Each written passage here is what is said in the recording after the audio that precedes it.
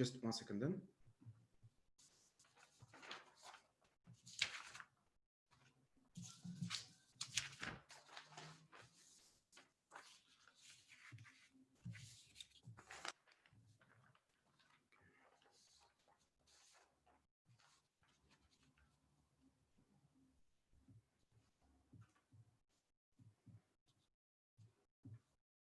Okay. 3, 2, 1. Go. Okay, I'm first going to deal with the pushbacks on our own case from closing, and I'm going to move on to opening and rebuttal the very minimal mechanisms that we are actually get in the whip speech. So firstly, what the main pushback is, you can actually regulate the hiring process. They never really explain to you how you can regulate the hiring process, especially in terms of what Roman already explained to you in terms of how the hiring process actually works. It is very personalized. You are your own boss or your own manager. You have much leeway in order to say, I hire this person or this other person.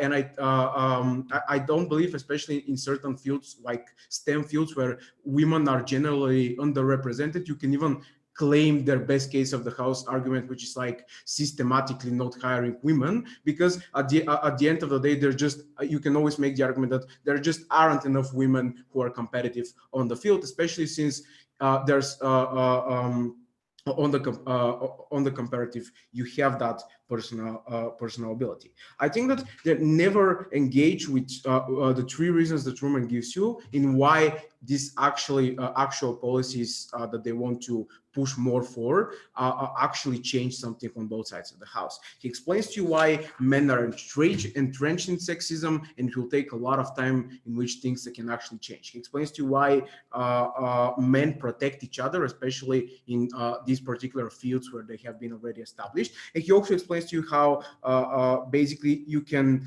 morph your strategy when you actually assault a woman, and that happens. And I also want to notice something. Even they themselves say that they're in multiple cases, men don't even realize what is actually going on. So the point in which you point out to them, I'm not sure why this systematically will change if there are multiple microaggressions that they're doing on a daily basis, which can actually affect women. But notice something very important.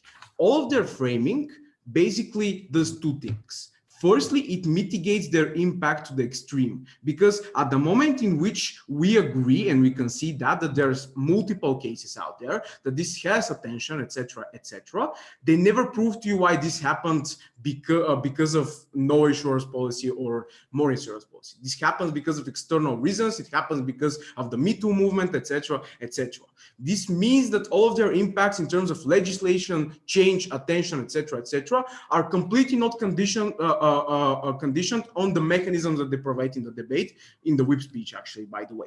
But secondly, this feeds more into our analysis, basically. Why? Because now this is a problem. More and more people, managers and bosses out there, are seeing that people are not so afraid to come out. Women are not so afraid to come out. This is an actual problem. It happens a lot. So they fear it more.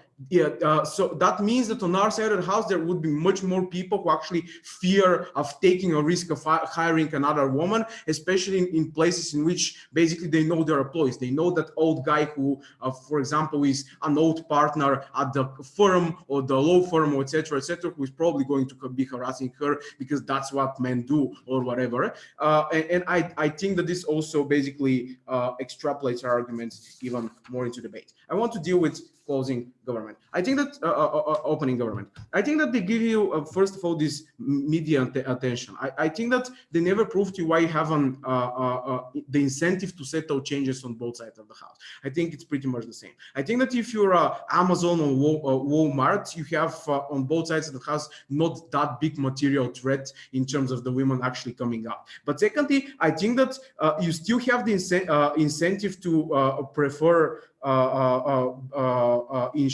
insurance, because comparatively misconducts happen not so often, so you're far better basically on their side of the house. You still might choose not to do this. I think that's what's more important is basically they say there's incentive to crack down on these people and fire managers. Three reasons why that is not the case. First, because Rumen already explains to you why men are likely to protect each other. Secondly, because managers have disproportionate power. They have ties in the company. They sometimes have the ability to blackmail higher ups. They have good earnings or good clients that are important to the company. So comparatively, they're more likely to basically remove that loan. But thirdly, look, you never have insurance of a victory. Even if a woman comes out, she still has to go through this whole process of basically proving that there is sexual misconduct, going to court in certain cases. In these cases, what happens is that most of the time it relies on witnesses. At that point in the workplace, most of the people who are actually going to witness and say, oh, this guy is actually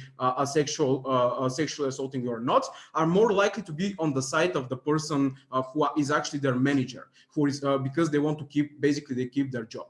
I think that on the comparative, it basically becomes a you said this, I said this, in which managers who have disproportionate power are far more likely to win that battle. But on the comparative, I think that this basically feeds into the fear of analysis. So if I am a sexist manager, I'm unlikely to hire that woman because I know that some of the things that I usually say to women who I believe are good, no thank you, who I believe are good, in fact are I'm not going to hire that woman in the first place. And I think that on the comparative on our side of the house, over time you get more and more women represented in these places because you don't worry that much about sexual misconduct, which solved the issue in the first place. At the end of the day, it basically improved the probability of that manager being a woman in the first place. I think that is far more better on our side of the house. In terms of comparison with opening government, I think they give you two main things. First is like improving the process. I don't think that the process matters because